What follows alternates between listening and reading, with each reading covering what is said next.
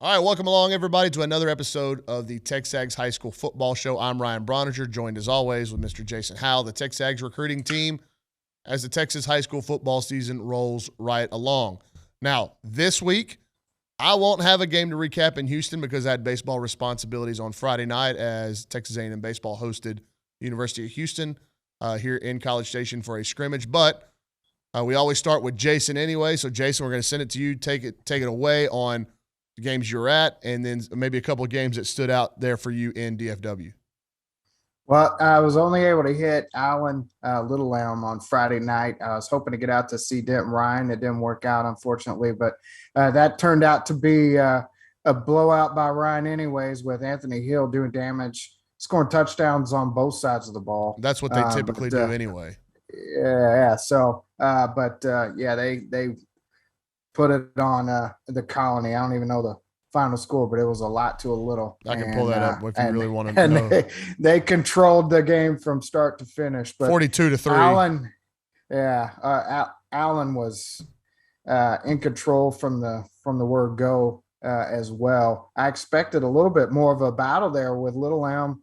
Little Elm has one of the better secondaries with Terrence Brooks, who's committed to Ohio State, A&M legacy there. And they got another guy, Keyshawn Mills, that's going to Colorado in that secondary as well. But it was Allen big, 71-29, with Jalen Jenkins doing getting the ball rolling. I mean, he had 2 touchdowns in the first on their first 2 possessions, and scored 3 of their first 4 touchdowns and finished with the 4th to go on 12 carries. He had 212 yards and 4 touchdowns. So wow. He did some work. He's one of my favorites to watch there. He's under the radar. He's a little small, doesn't have track times, but he is cat quick. He's a versatile guy. Someone's going to get a steal there in Jalen Jenkins. DJ Hicks saw double teams and, throughout the game. It was easy to see what he brought to the table. He was in the backfield getting some penetration. Didn't have the the sacks and the tackles for losses that we're used to seeing, but he was in there creating havoc and allowing some other guys to make some plays. It seems like he's Umazula had some pretty good ones too. Seems like Hicks may be getting the DeMarvin Leal treatment, where he gets so much attention that it singles up some blockers. I know that watching the A&M versus Alabama game, it was clear that Alabama was like, we're not going to let 8 beat us up front, and it gave Michael Clemens and Tyree Johnson some opportunities one-on-one on the edge. So seems like David Hicks may be getting the DeMarvin Leal treatment. Yeah, he's definitely seeing a lot of attention. That's one thing, teams don't want to let that one guy beat them. Mm-hmm. And DJ is more than capable of taking over a game. So he had it was a strong effort start to finish. At Little Elm, one of the guys I was more impressed with was John Mateer, the quarterback. He's a dual threat guy committed to Central Arkansas. Made some really good decisions through into some tight windows, but Little Elm just made some key mistakes in the red zone and had some turnovers and things like that really helped open things up. And against a team like Allen, you can't let that happen. But overall, it was a strong performance by Allen. They look like they're rolling right now. They seem to have found their stride. Was there any other games in Dallas that the scoreline caught your eye when you were driving home on Friday night? Yeah, Highland Park over Longview. That Highland Park defense showed up and put the clamps on that Longview offense. Longview's kind of been hot and cold on offense, and Jalen Hill wasn't able to get going. But 21-16 in a district matchup gives Highland Park the head-to-head and the advantage moving into as the playoff picture starts to shape up. And then you had Eaton 43-21 over Keller. Keller's been a team that a lot of people have been talking up here in the DFW area. They've been coming on strong. They have some good non-district wins, and in a district with Southlake, Keller, and Eaton were kind of those teams that people were looking at to maybe be that next team. And Eaton, was able to separate for a big win, and put put the little distance there and allow stay undefeated in district play as they move towards this week. But that was a big one. Hunter Erb had some really Man, nice blocks. I don't know if you his saw tape, the man, his tape highlight. every week he puts out tape that I'm impressed Yeah. with. You know how Well, high I am on Hunter. I think he's one of the top 2 or 3 offensive linemen in the state. and they tweeted something out from the Eaton account about with him picking up a block downfield and just flattening some poor defender. But yeah, he's just been awesome so far this fall, and Eaton continues to roll. They've got quite a few talented ball players on that team. They're a very blue collar team, and it was a big statement win for them in district play. I'm going through some of these Dallas scores from last week, and let me ask you about a team that I know you mentioned early in the season as one of your sleepers in DFW. Louisville moved to 6-0 with a win over Flower Mound. They're now up to number 20 in the state in 6A. I remember you telling me about Damian Martinez, obviously Armani Winfield, the receiver committed to Texas. This Louisville team is starting to make a little bit more noise. No doubt. And those guys continue to be, the lead the way. But they have a great offensive line. They've got a couple of young guys that really step up there in the trenches on the offensive line and have done a phenomenal job. They roll them out, and you're talking about 6'4", 300. I don't know what they're 6'3", 300. Sorry, across the front. I mean, they're some big old boys, and they got a quarterback.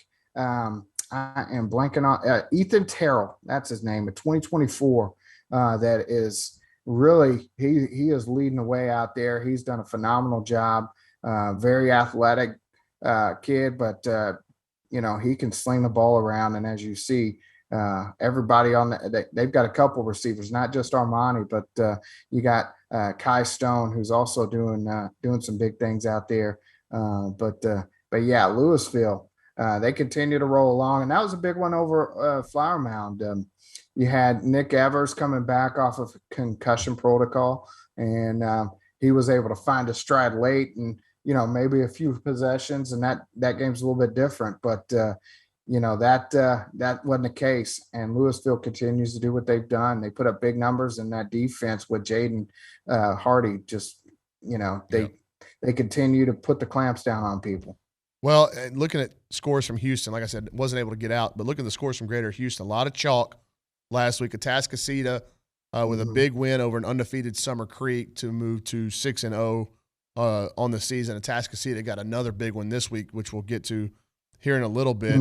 The one game that I was very interested in because of injury concerns was Bridgeland versus Cy Ranch. Those teams undefeated. With Connor Wigman's injury status up in the air, he did not play in that game on Saturday. And Cy Ranch defeated Bridgeland 38-28 to hand the Bears their first loss. As we start to look forward to this week, another monster matchup that's been circled on the calendar for a lot of folks in Northwest Houston was this Bridgeland versus Cy Park matchup that will happen on Friday night at the Berry Center there in Cypress. Still don't know. Again, we're recording this on Wednesday. You'll see it on Thursday. Still don't know the status of Connor Wigman. I know that he was going to try to move around, maybe practice a little bit, kind of taking it day to day to see if he's going to be able to go. Those hamstrings, Jason, they're very tricky. Yeah, you don't know, but I do think that if he plays a 75% Connor Wigman gives Bridgeland the best chance to win that game. But, man, you'd love to see him fully healthy and going at it with Harold Perkins on opposite sides of the ball. And for those that don't know, we have redone the top 50 right now. We're going to expand and really finish out our recruiting rankings, our updated recruiting rankings, probably very soon. But I let the cat out of the bag on TexAgs Radio that our new number 1 and 2 were Harold Perkins and Connor Wigman. So hopefully we're going to see the state's top 2 prospects, at least in our mind, match up with each other on Friday night. But that score, Cy Ranch got some very impressive 2023s. I know you've seen their linebacker, Christian Braithwaite. Mm-hmm. They got Jared Sample at receiver, really fast kid that's been on a couple of visits here to A&M. The head coach at Cy Ranch is Sean McAuliffe. He came over from Converse Judson a few years ago where he coached one aforementioned DeMarvin Leal and had that Converse Judson program doing good things before he came over to Greater Houston. So Cy Ranch remains undefeated and puts the first loss on Bridgeland for the season. And I'm looking at, we'll start to turn the page to this week, Jason, in Houston. Mm-hmm. I mentioned Atascocita with a big one. They play C.E. King. C.E. King's still undefeated, and that's a team that when you go out to that part of Houston, this is actually a facility that you have seen. They had the Under Armour underclass. Yeah. It's a beautiful facility. Yeah. The entire campus very well kept up, very well. Mm-hmm. The architectural structure of the buildings really, the aesthetic of the whole place is very nice. That's an area, C.E. King is kind of between, for those of you that don't know Houston, it's kind of between North Shore and the Humble schools. So they're right there in that pocket of talent. It should be no surprise, and don't be surprised if they're good going forward. And it's a program that's produced a lot of really good players in the past, and they remain undefeated this year. You got to like the trajectory and the projection of that C.E. King program. So that's definitely a game I'm going to be keeping my eye on Friday night. Is that Atascocita versus C.E. King, and then the other one in Houston that I was looking at. Let me pull up my list here. I just had it. And there's some really primetime matchups in DFW as well. Yeah. We mentioned Cy Park versus Bridgeland, C. King, and Atascocita. Where is my last one? I'm blanking here. Now. I know. Come on. I know. I got to be sharper than this. I'm looking through it. It's Tomball. Klein Oak at Tomball is a good one. College Park against Willis. That's 2024 A&M quarterback offer. DJ Lagway, who has been sensational. They have struggled as a team, but he has been sensational. Oh, and here it is. Summer Creek at North Shore. Another really entertaining game down there on the east side of Houston. So we talked about it before we started the show, Jason. This week, the matchups there's some really good ones at the top, and then there's a bunch of them that you're going, okay, like there's a favorite there, but could maybe see an upset happening. Yeah. And I know Dallas, Cedar Hill, DeSoto, that's always a heated one. Yeah, and that's one that, you kind of throw out the records. Typically they're both right there at the top of the district or, with maybe a loss or two. And but you throw everything out and, you let these guys go toe-to-toe. They're going to fight it out. These guys know each other. They have the relationships. Their families know each other. They go to church with each. It's a family feud. It's like a small town rivalry in a big city. Yeah, that's what it is. And these are both super talented teams with Jonte Cook, Caleb Mitchell with A&M offers. You got Stephon Johnson with that's headed to Oregon. You've got Jalen Peoples, who's one of the top cornerbacks, and a guy I would watch and at linebacker for Cedar Hill, Kylan Salter. If the name sounds familiar, it's because he is the younger brother of Caden Salter. So, they both got some talent, and I look for this one to be close and back and forth. I give DeSoto the edge because it is at DeSoto, but it's going to be one of those knockdown dragouts, whoever happens to have the ball last kind of situations. Big plays are going to be made, and that's one I am looking forward to. Always look forward to, and I'm glad I'll be able to be there this Friday. Another one that I will be at is Eaton Keller Central. I'm really looking forward to seeing Hunter Erb again, and he's going to have a nice little matchup. The little sleeper for Keller Central, 6'5", 220-pound defensive end Joseph Matumbo, somebody to keep an eye on. He's been is he related to Dikembe there.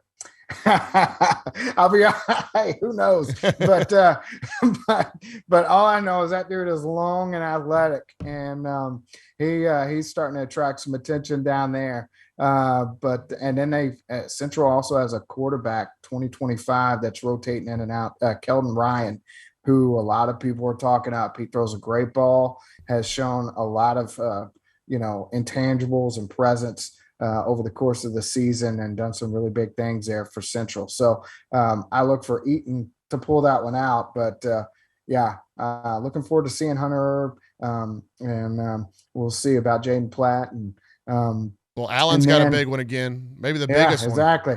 That's where I was going, man. Yeah. This is a district game, both undefeated in district play, and this will go a long way to determining, playoff seeding and everything.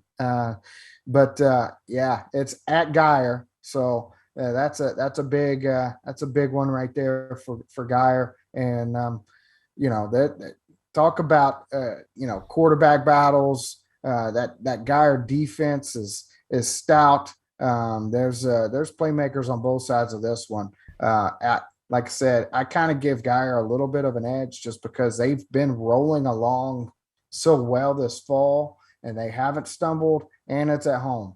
Whereas Allen has, they've gained their footing, but they did hit a humble Atascocita team that put them down. Well, actually, both of them lost to Atascocita. No. Geyer beat Atascocita, but it was close. There you go. There you go. Yeah. Well, so Geyer, I give Geyer the edge, but it's going to be another big one. I also look at Frisco, Lone Star, Wakeland.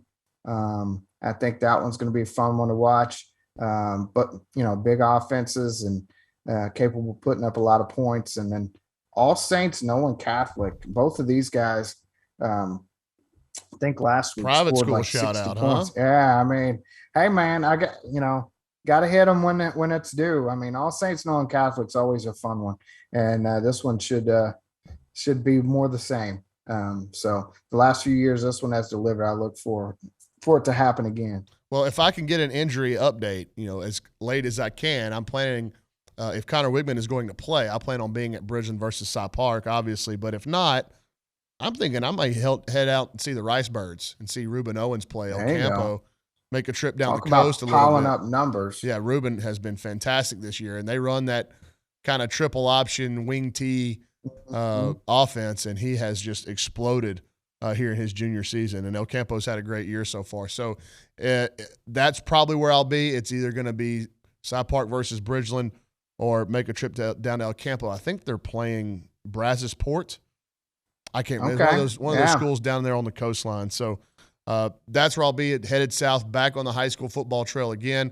I'm very excited. I liked watching Aggie baseball last Friday, but I did miss the Friday night light. So, Jason, thanks, buddy. That's Ryan Brauninger, Jason Howell, the TexAgs recruiting team for the TexAgs High School Football Show.